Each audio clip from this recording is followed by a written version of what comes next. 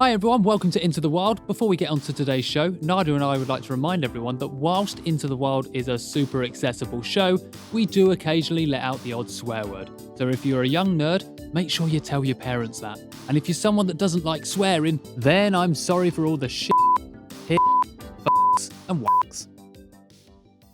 Do I say Happy New Year? No, I think we're past it now, aren't we? We've missed that boat. It's weird that we're past saying Happy New Year, but I don't think I'm over the point of still feeling the amount of cheese I ate over Christmas. 42 That's quid's still worth. present. 40 quid's worth of cheese. 40 pounds. And for London, that's about like 100 quid's worth up here. Yeah, it was so much cheese. How much of that was soft? I'd say 30%. Oh, really? I thought you'd be over 50% soft cheese. No, I quite like I'm a fan of a Comté. Yeah, Tilly likes a Comté. Yeah, it's really He loves getting his little knife It's my only out. bougie thing. He likes getting a knife out of his pocket and shaving it onto a cracker. I don't know why, but the phrase shaving cheese just doesn't sit well with me. That's what you're doing, though. You shave, you get them little special shaving knives as well, don't you? It's a knife for everything, isn't it? That's the most aggressive thing I've ever said. There's actually a spoon for everything as well, which is, as you know, my favourite cutlery item. This is how we've started the podcast. Happy New Year, nerds. So we're in. Hi, Nadia. Welcome to the first show, the first episode of 2024. Are you ready for a new year of wildlife, conservation and nature chat? I've never been more ready in my life. Thank God, because we're doing it right now. Okay. We're starting off the year quite, hitting the ground running with a Nature Run 101, which is nice. We've already recorded it as well. Do you know what? We're easing in. I think we're easing in. Start light. My God, the world needs it. Yeah, it's January. No one expects anything of January, really. So sorry if your birthday's in January. Oh. So we're going in with a Nature Run 101 because nothing happens in January. Bit of fun, bit of chat. We've already recorded it. We have already recorded. It's in the bag, as they say in the... It's in the bag. Oh, it's in the can, is it? It's in the bag, it's in the can, it's done. It's in the vault, actually, to be specific. The vault, if you'll hear shortly the large amount of things that have gone into the vault this January. It's hooching in there. But before we get on to Nature Room 101, our first episode of 2024, nerds, we've got a little announcement we'd like to throw your way. For the next 12 months, Into the Wild will be partnering up with the Royal Entomological Society, aka the RES. Focusing on insect science, the RES supports global research, collaboration and publication of the work and knowledge in entomology. But to tell us more, here's Fran Sconce from the RES. Hello, Into the Wild community. This is Fran Sconce from the Royal Entomological Society, or RES. We're so excited to be supporting the podcast this year with funding from the RES Goodman Award. If you haven't heard about us before, we are a society with a mission to enrich the world with insect science, entomology. We have members all over the world. We publish scientist research in our 7 scientific journals. We support science through awards and grants. We host scientific conferences where entomologists can meet and discuss their work. And we also organise outreach activities for the public, including Insect Week every June. So anyone with an interest in insects can join us. You're all very welcome. And students can get their first year of membership for free. You can find out more about us at our website, royensoc.org. So there you go, nerds. Strap yourselves in for way more insect fact files and natter for 2024. Whatever the rabbit hole is that Nadia and I decide to go down, I can assure you that insects will come up. And if you'd like to get a bit of a head start and learn about what the RES is, then the website link for them is in the write-up of this show. And that just leaves me and Nadia to say that we are super excited about this new partnership for the brand new year. So, brand new year. Yeah. Brand new episode. Mm-hmm. Brand new partnerships coming up. Yes. Okay, go on. I'll say it one more time. So we're partnering up with the RES. CCT, find out what it means to me. Every time. I can't hear you say it. If they don't use that in their marketing, bugs are fucked. Because we do need to have respect for bugs, and this is a problem that comes up time and time again. People are scared of them. They always want them to get in the bin. We love them. This is what Nadia Shake does.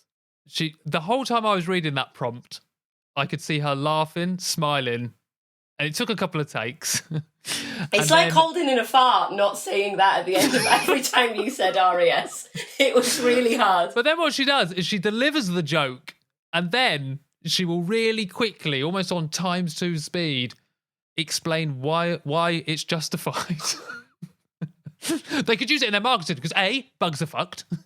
And B, people don't respect them. How many bugs have seen the wrong side of a newspaper? Yeah. You're right. I'm not going to argue with you because you're pointing that pen a lot. Right, nerds. It's lovely to have you back for a brand new season, a brand new year of Into the Wild. Myself and Nadia are so excited. We've got loads to look forward to this year. Like we said, the brand new collaboration with the RES. We've got collaborations with other wildlife NGOs, some other projects in the just under the Bunsen burner, bubbling away, ready to get going. 2004 is like... It's going to be so much things fun. happening in... I mean, if I'm honest, 2003, we were warming up together as a duo. 2003? 23? You just didn't hear it properly. You have bugs in your ears. So, nerds, it's so lovely to have you back. We're ready to talk about wildlife, nature and conservation with you all, but we're going to start the year with a Nature Room 101. I don't think I need to explain any more. We did it on the live show, didn't we? Yeah, we did. Here we go. Okay, enjoy.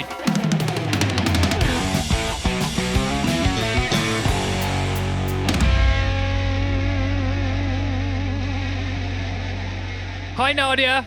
Hi. How are you? I'm really, really well. How are you? I'm really good. I'm quite tired. I've been doing a lot of walking since coming back after Christmas, but I'm very good. This is our first episode of 2024. Happy 2024. How are your New Year's resolutions? Good. Well, I kind of accidentally fell into doing dry January, and I've not had a drink. I've tried a lot of non-alcoholic beverages. I mean, I've seen you sinking a lot of non-alcoholic. Yeah, to try and get, like, drinking so many 0.5% that I'm probably still having about, 4 or 5 units. How's that for you? It's shit. I cannot wait for a whiskey. That's I'm fine. The spirit. I am fine. That's literally the spirit. It is. It is a spirit. Nice. It's spirit. What are you drinking on today's show? A pint of water in a tankard. Nice. It's lovely. Did you? Yeah. Nice. Okay, cool. I'm drinking a peppermint tea. Actually, I'm not actually that much of a fan of mint tea. It's actually very good for your gut, which is why I'm drinking it. Yeah. So it's not washing your hands, which is what I do. That's not true. Yeah, strong gut flora. That's bollocks. That is just a rule that someone that got caught not washing their hands. I never get the shits. It's actually really good for your gut. Never get the shits. Never wash my hands. I do wash my hands. No, you said but it. But not. You said it. You're no, but not disgusting. You never wash your hands. No, not fastidiously. You do a poo and you don't wash your hands. I wash my hands after a poo. Oh my God, that's so disgusting. Anyway, moving on, everyone. Welcome to the first episode of 2024. You're right.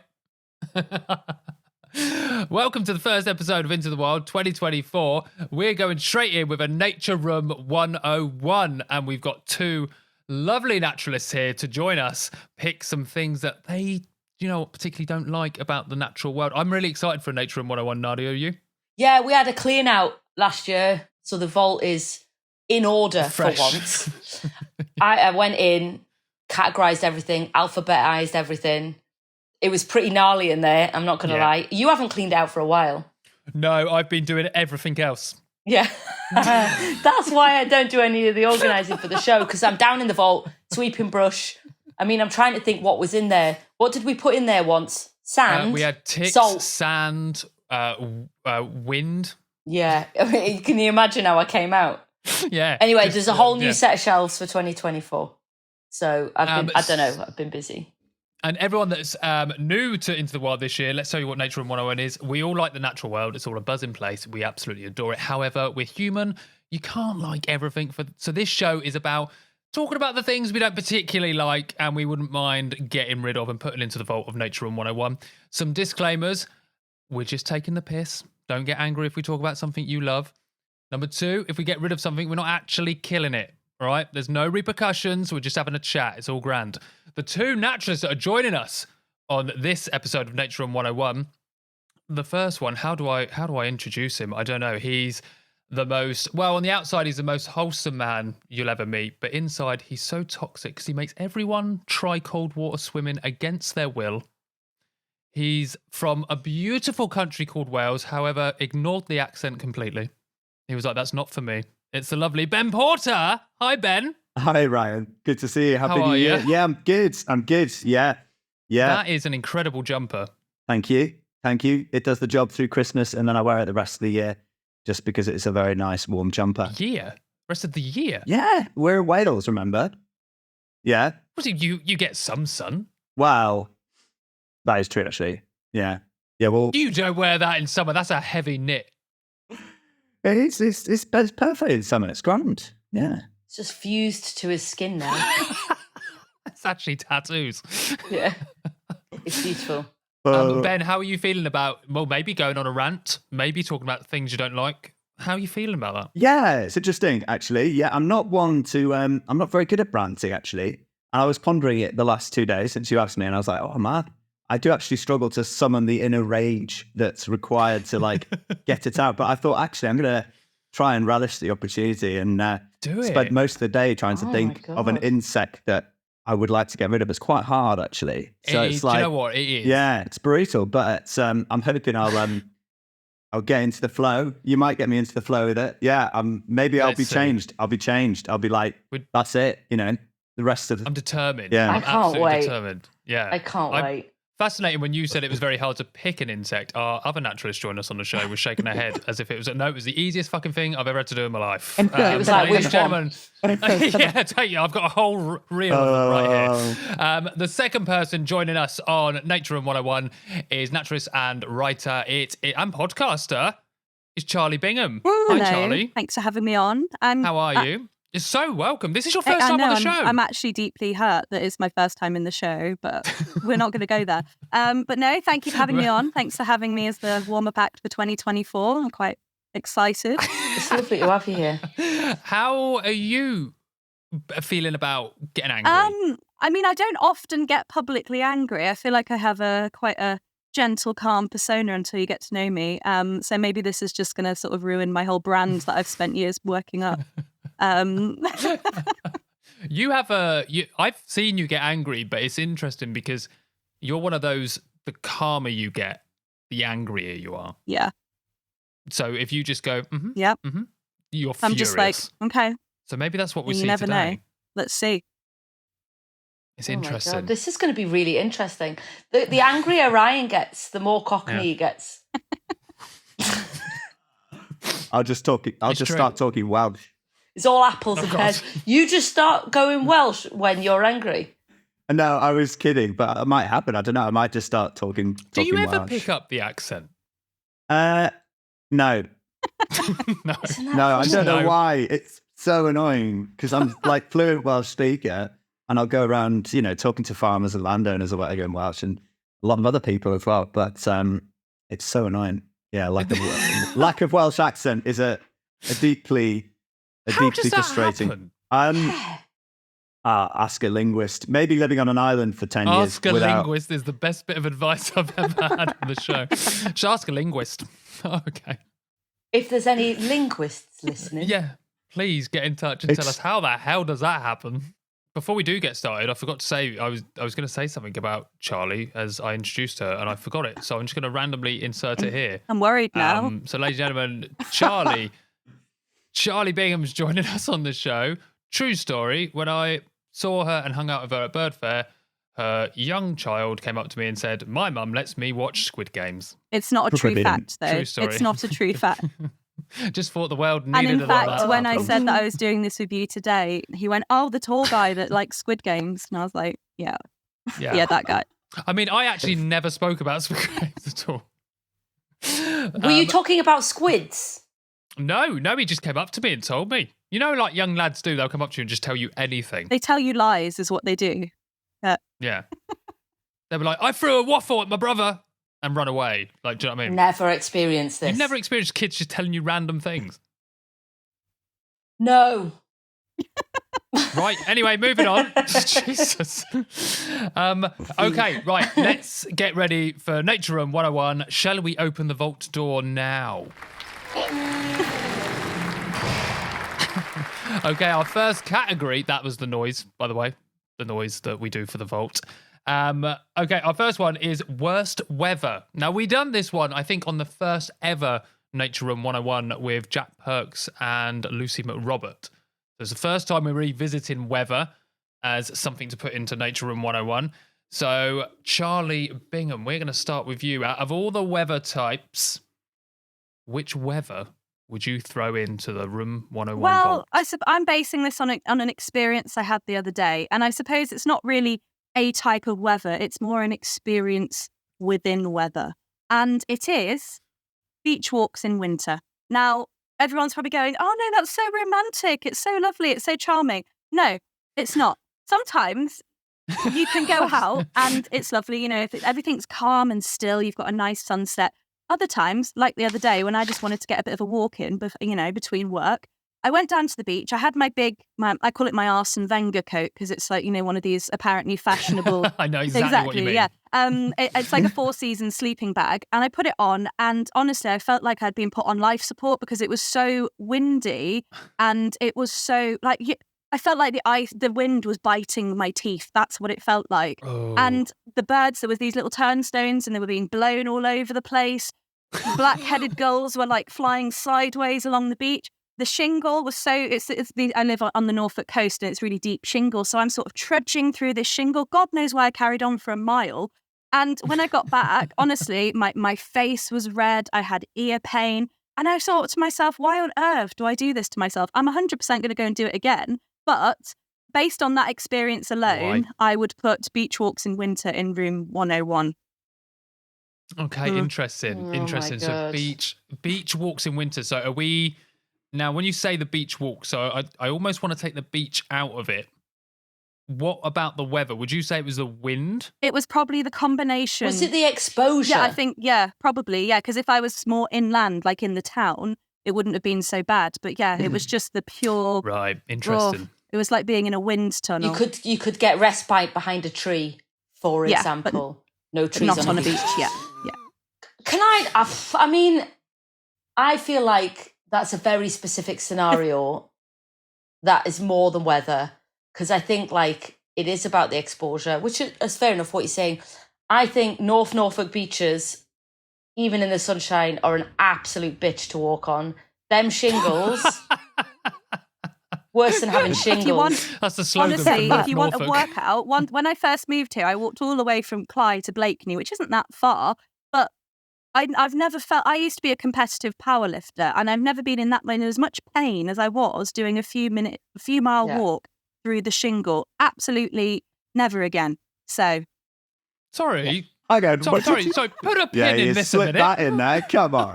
You drop that like a dead weight. No, not anymore. Used to be. No. Not any. That's It amazing. still used to be. What do you mean? What do I mean? Well, it was... Powerlifter. You used to compete. It was just a bit of a hobby, really, but not anymore. I had 2 kids and ruined myself, so... Is it? Could you lift a horse? Is that just a bit of a hobby? Depends how big the horse was. Do people do that as a bit of a hobby? I suppose so. What's the biggest animal you could lift?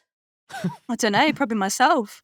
Could you lift me? Do you reckon you could lift me? I Not weigh like 2 stone. not now. As I said, I've had 2 kids and destroyed myself, so... I didn't know that there about you go. We're here to learn. Okay, so that does sound horrible.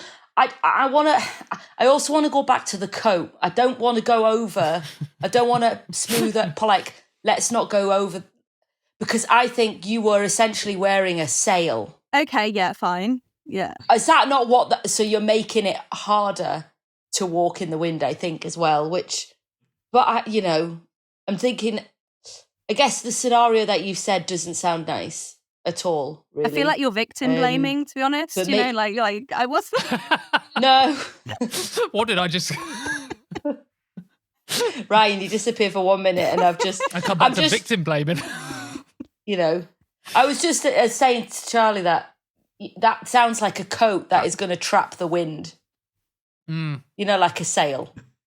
No, because if it's an Arsene Wenger style coat, it's famously meant to not do that. Is it not? No, it's like you're wearing a sleeping Not bag. gonna lie, I These are don't know people- what one of them is, but it's when you said Same. sleeping bag. It's a football manager style coat. Do you know what I mean? So they're meant to be stood on the sideline. They're meant to be protected. It's like from a the black elements. puffer jacket that goes all the way down to your feet. Ah, Now you know. interesting. Now you've got the image. Yeah. Mm. Yeah. Yeah. Yeah. I think if we were to sum up this weather type, I would call it maybe you don't like coastal wind Okay. because because like you don't. Do you mind a windy day in general? Not like a light breeze, but there are limits. So. I feel like we need to just take Charlie on their word and not interrogate them. But I think what you described doesn't sound In pleasant. that case, our job on this show is pointless. We may as well not be here. I do just think it's the combination effect of Norfolk beaches are horrible to walk in. Yeah. Wind is hard to walk in. With a coat that goes all the way down to your shins and doesn't give you the walking shuffle. It makes you shuffle. That was made for people that famously stand still. Yeah. It's a combination effect, which is a really powerful argument. Yeah. And then when you explained the ear pain, I know that ear pain. I felt it as Yeah. you said it. Yeah, Yeah. I know exactly what you mean. Okay, interesting. All right then, come on then, Ben. Ben Porter, what weather are you putting on? All right. Going to go for a bit of a contrast there. I'm going to nominate. It's quite Nominate? a in particular. It's quite a particular chunk of a type of weather in a temporal zone. So it's the middle of the day, the middle, maybe a few hours of the day on really hot, sunny weather in the summer. Really middle of the day. Wow. So midday sun in You just don't summer, like lunchtime. peak. Yeah. You Well, hate I'm it. not. I quite like lunchtime, but it's just that those conditions peak Sun at the highest. Yeah, when it's at its zenith or whatever, absolutely no. So I guess maybe it's partly because I'm a photographer. I love being out in the mornings, in the evenings, beautiful light, golden light. Gets to the middle of the day. Everything's roasted. There's no wildlife around. Maybe a couple of butterflies sort of springing around here and there. Dragonflies are chilling out a bit, but it's it's dead. There's no bird song. That was many, many hours ago. That was it. That was at 3 a.m. And then That was 9 hours ago. yeah, exactly. And then it's just roasting hot. You can barely walk or even run, a few kilometers or whatever. And not that jumper. It's yeah, that's true. Maybe that's it. Maybe I need to this take is the the jumper problem, off. it's a jumper. Okay, there we go. No, I mean, I'm serious. The light is horrendous. There's very little around. Bird song's gone.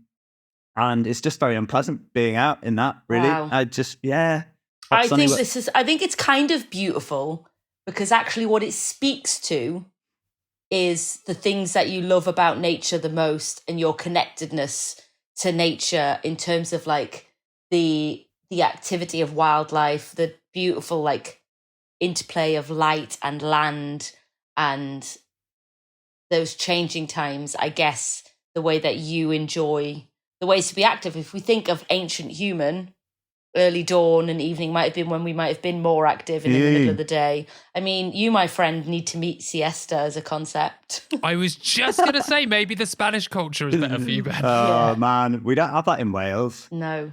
Start it. But Just start it. Adaptation to climate change, that was not factored in, was it? Welsh What? people Wait a minute, having you- to... You wild swim. Is that not the perfect time of day for you to wild swim? Well, yeah, I mean, you can do that, but it's still, I suppose every day's pushing. by the isn't it? time you've got to midsummer, the water temperature's risen above 10 degrees, and it's not much of a... doesn't really feel particularly Why impactful do going people in. say that? Like that's a bad thing. It's not the same... bath. Oh, we can't because I'm- now the water's warm and enjoyable. Exactly. It It's doesn't like have when the you same swim effect. through Go in somebody's now. wee. Yeah. Yeah, well, if you've experienced that, you could compare it to that, couldn't you? Absolutely. Okay. So we've got Wow, these are we've got really opposing weathers. midday. These are very specific as well. Yeah, I know. Yeah, I feel like are we being less strict as we go along and people are just bending the rules? No, Or is this no, within I think the rules? I think sometimes people go out the box. It's happened before. Let's let people go out the box then, yeah. Last time we did have wind and snow put forward, but you guys have gone real specific blimey. times of day. You Ben, you've given us like a 3-hour window. Wow, maybe 4. Charlie's given us like a 5-mile radius. An experience. Where the weather, an This experience. is an Of a few experiential days answer. Okay, I'm now trying to think which one I'd rather not be in. So, do you know what? We're talking type 1 and type 2 funny here, aren't we? Mm-hmm. Yeah, we are. But I know which one I'd rather be stuck in. Oh, no. I know that you would rather be in the sun, Ryan. I'd rather be hot. Yeah. Come to Wales. But if we're being specific... Boiling, yeah. If we're being specific... Go on, try again. If we're really going to just be pointed in what we're saying... Yeah. Like if you were dog walking, for example. Hey, here we go. That does move the goalpost, yeah. But that's for the safety of the dogs, not for my enjoyment. Of course not. I feel like I am going to put Charlie's weather, temporal, spatial, cosmic moment into room 101.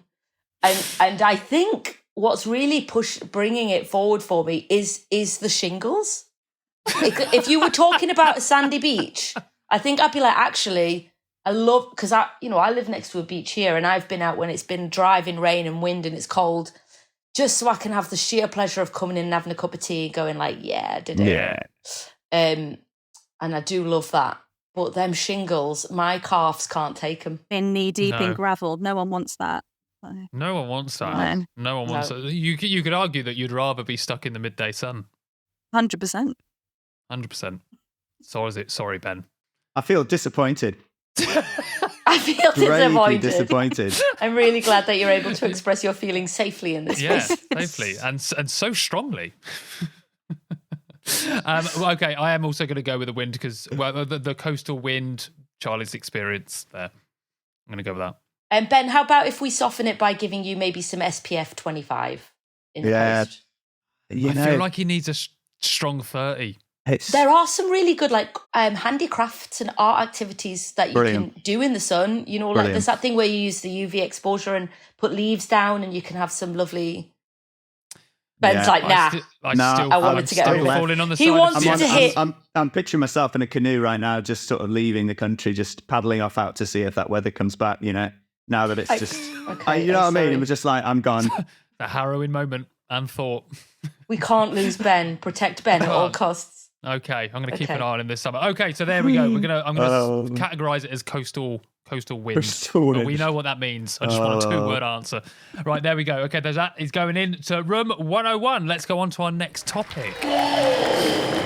Right, creepy things that creepith. We have this one a bit, and purely because there are so many insects that I feel like we just need to keep revisiting it and find out which ones that we're putting in next. Now, this is a hard topic. As an insect lover myself, this is very difficult because I think they're all absolutely incredible. But they're cute, they're weird, they're sometimes scary. Ben, which insect would you get rid of? Yeah, I spent many hours really conflicting. Like, it took a lot to summon this, but I'm gonna go for green tiger beetle. Now, bear with me. It sounds cool though. So I absolutely love green tiger beetles, and they are one of the prettiest, amazing, monstrous predators. They're like they're so cool. All right, but bear with me. Like for those that haven't seen a green tiger beetle, they're the size of a sort of maybe a little bit smaller than a dung beetle, really slim, bright green, and they hurtle around on their spiky little legs, hunting down ants and other invertebrates. And they spend their larval stage in the bottom of a little sandy pit where the larvae flick up, a bit like ant lions. They flick up sand and they'll lasso anything that goes past and sort of take it down to their deaths in the hole. Anyway, I love them, but as a photographer, the number of hours and days that I've spent trying to observe them and get images of them, they are the most frustrating insect I know to try getting a picture of. I've literally spent entire days chasing them around and waiting patiently to try and get images. You'll be maneuvering into position, just about to get one, and then it'll fly 20 meters. And then I'll creep up on it again, just about to get another image, and it'll scarper off through the grass. And it just goes on. And they're so beautiful that you keep coming back to try and get images of them and just try. It's so frustrating. I flipping love them, but I'm sorry. I just have, I'd have to explain to them. It's just not on, to be honest. It's not on. No, there's limits. The love-hate relationship is so strong. It's You're like, get painful. out. Yeah. It's so strong. It's like, No. hey, baby, come get me. Yeah. Too slow. Yeah. I guess for you as well, because you don't really get to have that nice experience with them, they're always moving on. It's almost as if they don't exist for you anyway. Yeah, exactly. So Yeah. fuck them. Yeah. They are beautiful. I love green tigers. They're amazing. So lovely. So But actually, so much of their charm is the way that they move. Mm. You know, It's true. It is true. Ben, would you Yeah. ever do that horrible? You're not one of them dirty photographers where you take insects and you put them in the fridge. Never done that for. As if he's going to say it on here. Well done, you. No. I mean, I store moths in the fridge for observing them. That's I think people do it with standard moths, but naturalist like practice. someone who was it that told us the other day that people put adders in the fridge. Oh my gosh. No one's They'll told get me them that. and they'll make them cold, Yeah. and then they'll like take pictures of them in the perfect position and stuff like that. Yeah, I tend not to do that. Yeah. Yeah. think I you tried to go would. most days, try not to do But that. I feel like Ben is getting to a dark place where actually one Yeah. day he's going to trap one and be like, freezer for you. Freezer. That's a step fast. Well, it's just like, when you want a beer cold quickly, you're like, No, I'll put it in not the freezer really. for half an hour. No. Oh, so you think Not for Ben. Ben's doing that like, I need a green tiger beetle quickly on a hot day. It's midday. He's midday. already stressed. That midday sun, he's already pissed off. Get in the fucking freezer. Sweat dripping. Okay, well, you've Over picked a the sand. beetle, and I absolutely adore beetles. Oh, so man, that's failing at but this. I do understand that frustration as someone that does like to get photos as well of that Yeah. constant need to having to keep creeping up, and it just spending hours doing so. So I am there with you on an emotional level. Thank you. I mean, I was going to say there. like midges or something, but it's like that's Yeah. a different No, I relationship. thought it was a great story. Good suggestion. Bingham, what you got? Well, you already know mine, Ryan, because I moan about these I things do. a lot. So what I have chosen is it is a carnivorous arthropod, and I feel like by saying that I sound like I know a lot more about this than I do. So you do get types of these that live in your house, but this particular individual has evolved to live in caves in Borneo, and its name in the local language is Psan Psan, which means send a message home. Because if you get bitten by one of these things, they say that you have to send a message home to your family because you're likely to never see them again. Sorry, Ben, I feel like I've gone on a really different road to you. It is, of course, it's a type of centipede called Scutagera, the long-legged centipede. And if you imagine they're like these long, leggy things with all the bendy legs, with all their joints, and they've evolved to sort of tap dance along cave walls to find their prey because they can't see.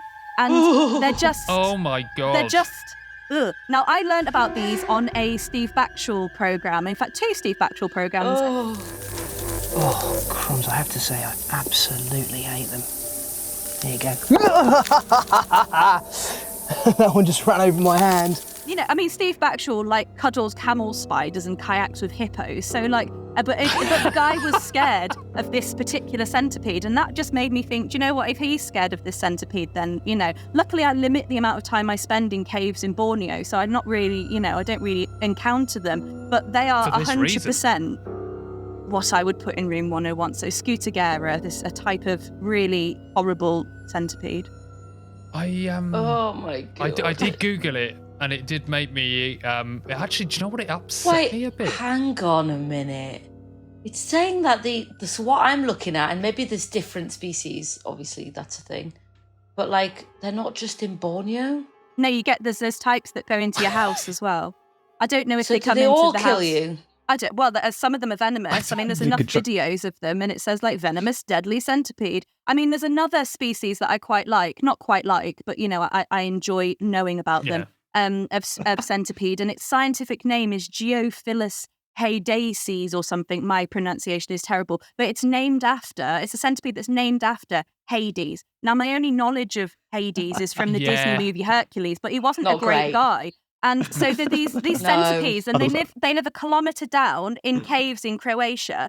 And anyone that chooses to live a kilometre underground must be just a little bit odd, a bit dodgy. You see, this is sounding appealing to me in the midday sun, Yeah. Yeah, honestly, right. I'm down there. I am there. You say chooses or banished a kilometre down? Banished to the underworld for being creepy. Yeah. Yeah.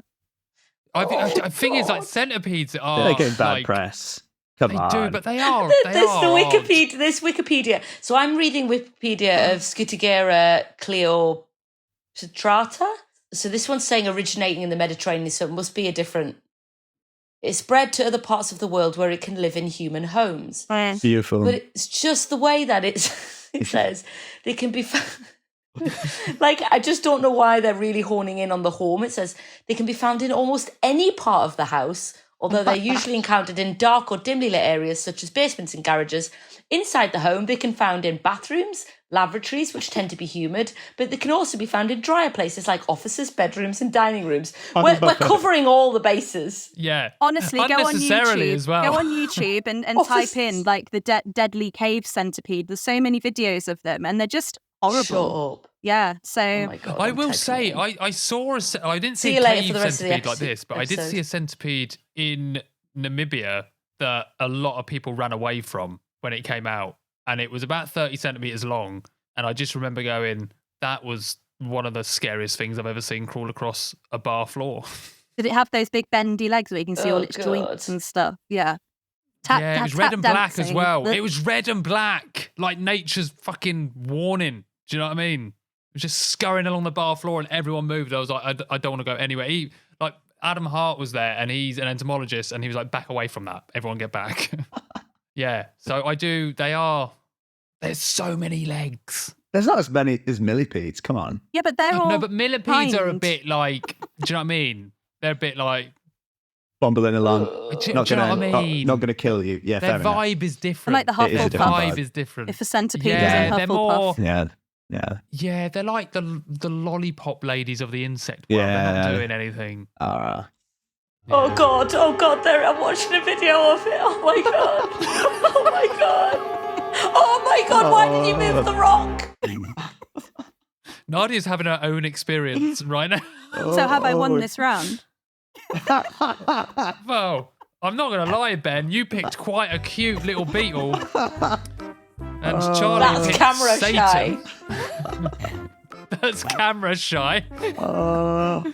Charlie picked an anthropod that's got his own YouTube channel. You're right, Nadia, just checking in. I think there might be one in my bed just because I watched it. I'm actually itching. I My can back's see you actually itching. Right. Wow, I don't think we need to ask, do we? Well, I'm more likely to be down in the caves hanging out with that thing than I am up in the sunshine, I'm afraid. Oh, Ben, you seem genuinely disappointed. I'm really upset. Like, Don't worry, there's one more round. We might have picked a fucking belter. I actually really appreciate you telling that story because it is frustrating having like a nemesis in nature that you want to either connect with or see or photograph and it just never works for you. But also, isn't that the magic of nature because it keeps you always wanting more? It is so true. Lee Schofield said it on the last episode of this with his, I can't remember his name of his alpine plant. For the love of me. Saxifrage, that was it. So he put it in Nature in 101 because he's never found it. Yeah, So that's he's a like, classic. get gone. So there you go. It's, these things that we want to see or want to get that nice picture of can... Did we put it in Nature in 101 or was it Amy Jane Beers? It was Amy's. It was Himalaya Balsam. Oh, yeah, Balsam fair enough. went in. That's, you can't... Ooh, yeah. But not... Oh, I should have known in when the I went down to Himalayas. clean it. Yeah, you should have seen it. You would have seen it there, surely. It's still there then, clearly, if you didn't get it out. It surely would have spread everywhere as well. Yeah. Not wet enough down there. Okay, so we're putting... Was it the long-legged... What was it? The long-legged centipede. I think it's just Scutigera because I'm just, I think that's Yeah, its... this is what I've got. Scutigera. Yeah. Scutigera, yeah. Yeah. Yeah. Say it together, everyone. I'm calling their legs in my mouth. Oh, stop. Oh, God. No, do you know what I mean? I once drank a spider and I can still feel it in my mouth. I'm presuming that was unintentional. It was a house spider. It was accidental, like a big one. It was in a mug. Amazing. And I just filled the mug up with water because I was really thirsty and just went like that. And I was like, oh. I swear to God. I swear to God, that was 20 years ago and I can still feel it. On these episodes, Nadia just says the first things that comes into her head. Just out of nowhere. I once drunk a spider. I told no one. I told no It one. felt like you were getting that off your chest. Anyway, there we go. The long-legged centipede's going in. Come on, Ben. We've got one more, I man. know. I'm failing One here. more. You've got this. Yeah, come on. Come on, Come on. Howie. Okay, let's move on to our last topic for Nature Room 101. Okay, it is habitat hate. Each habitat is super important. We know that, stating the obvious, but we don't enjoy being in them all. Ben, which habitat would you throw into Nature Room 101? And I must stress, Come on, Ben. the second rule, there are no repercussions. So anything that lives in this habitat will be fine and just will move somewhere else. Brilliant. Thanks for that assurance, Ryan. That means a lot to me. I'm going to say heathland. And yeah.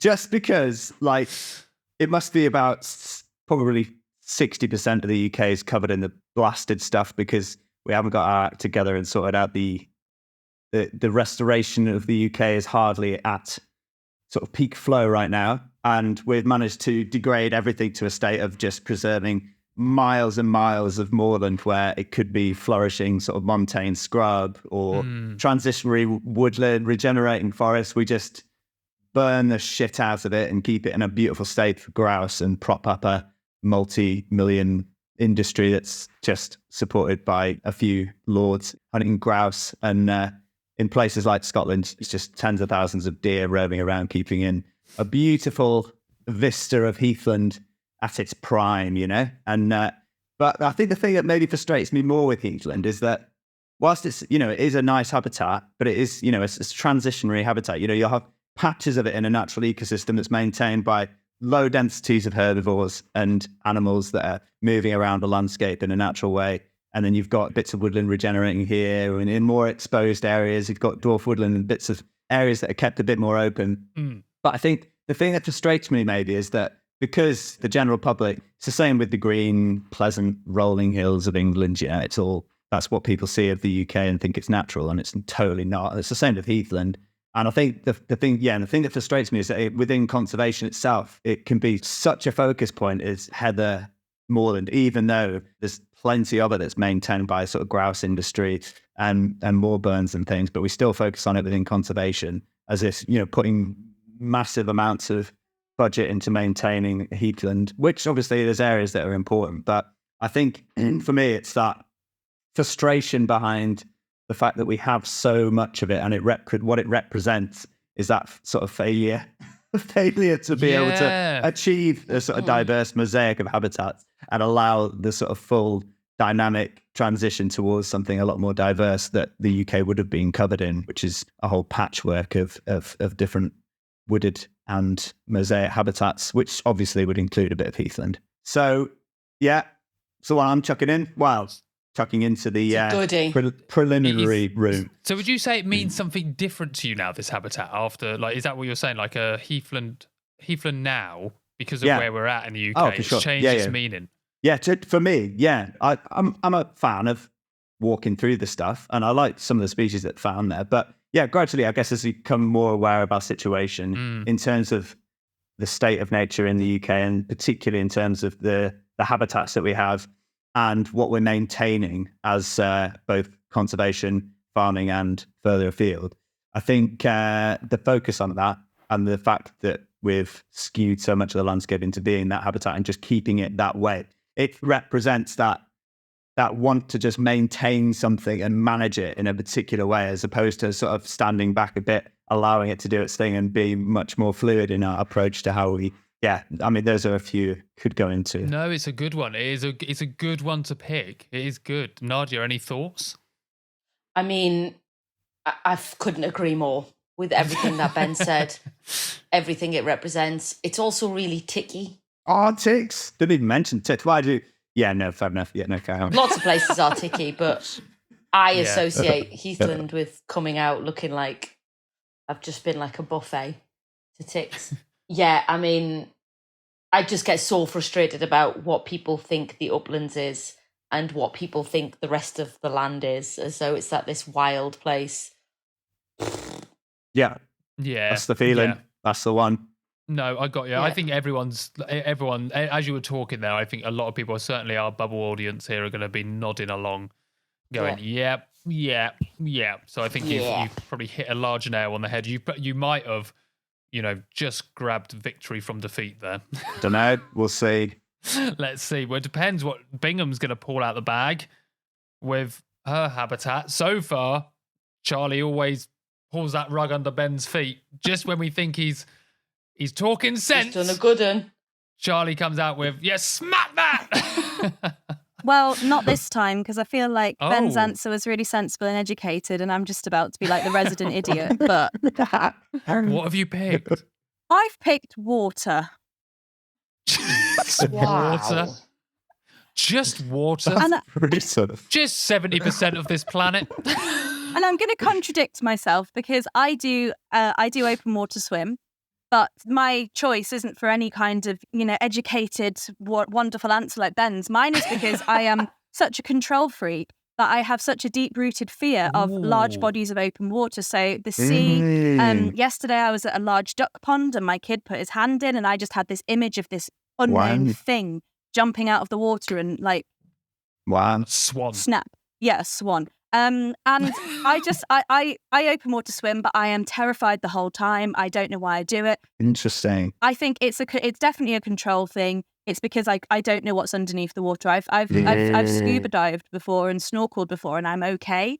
So I really think it's that being above the water and not being able to see what's below me. And it's really, there's I used to live in Wales, Ben. I missed that bit out. And there's in the few lakes in the mountains, and they are so deep. And because I know how deep they are, it's really the fear of the unknown. So while I understand the importance of water and why we kind of need it, I would still put it in room 101 purely for selfish reasons of my own fear. That's really interesting, isn't it? One, yeah. I was just going to say, I've had friends who have had the same fear, especially when you're out at sea and things. But what I usually say to them is, get a fucking snorkel and mask on, have a look and dive down, get really immersed into what's beneath you. But it sounds like you've fully immersed in that, so it's still there beyond you knowing what's underneath. And absolutely, that's really and I still do it.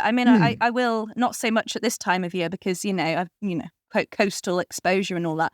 But I do think that it really is a control thing. But these videos where there's people with their legs dangling in water and it's just dark below them and you just don't know what's there. And then when I research what's there, it's worse because I know what's there and I'm like, oh God, no, I don't want to go anywhere near that.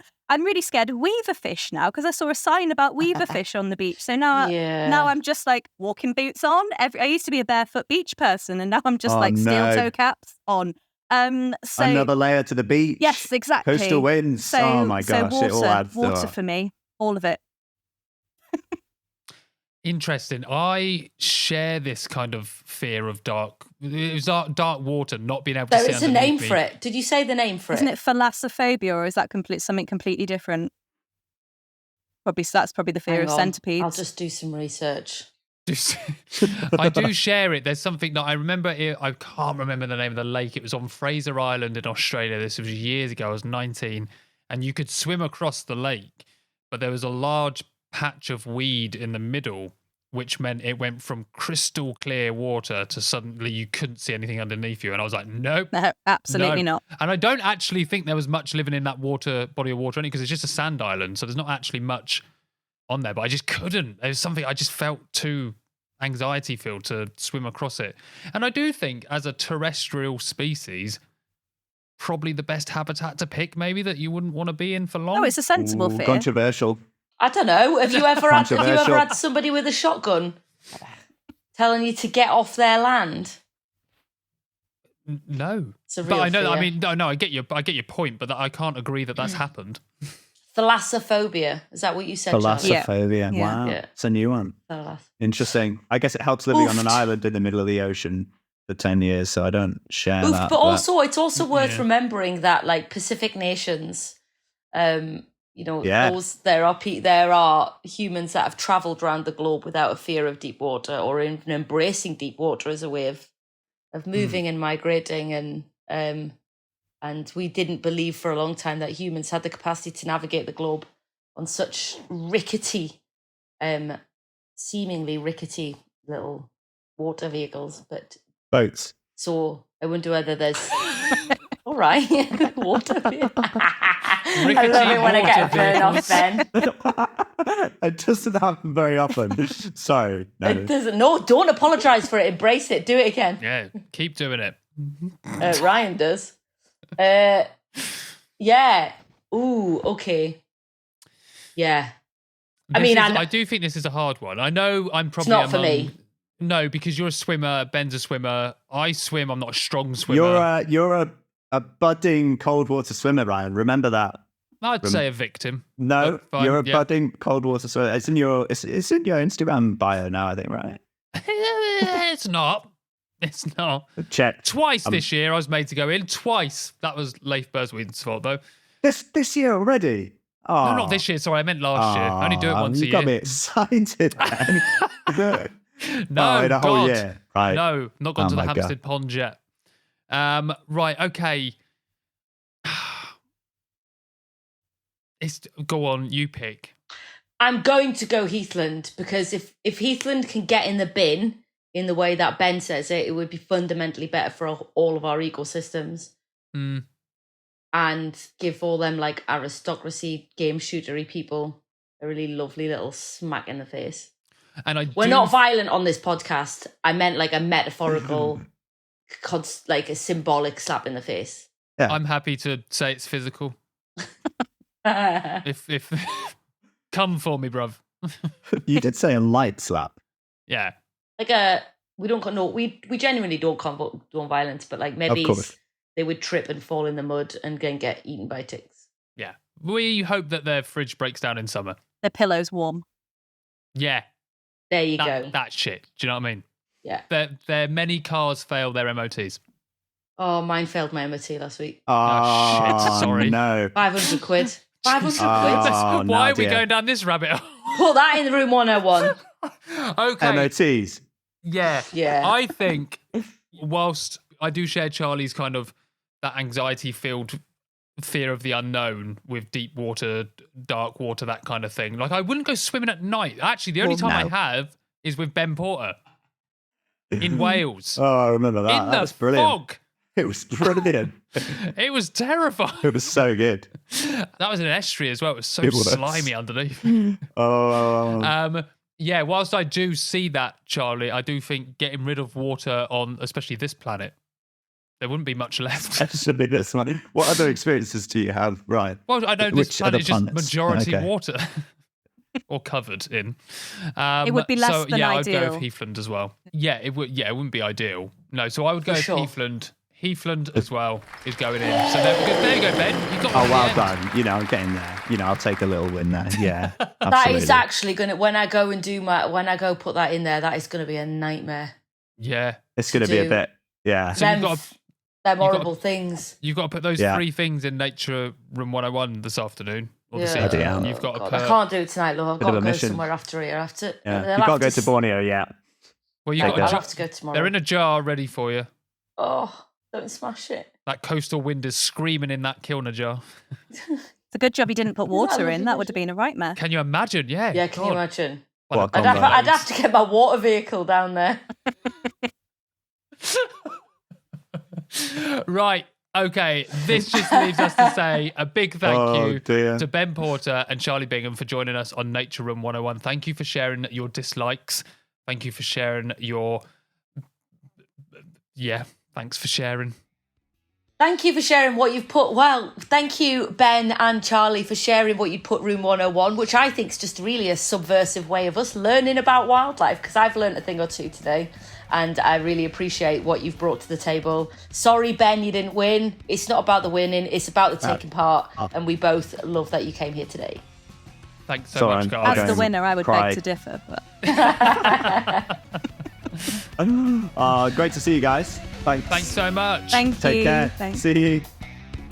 Thanks for tuning into the show, nerds. If you don't already, make sure to follow us on social media at Into the Wild Pod on Twitter and at Into the Wild Podcast on Instagram.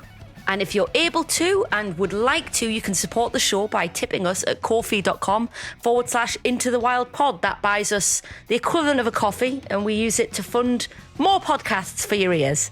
But until next time, keep well and live the good life.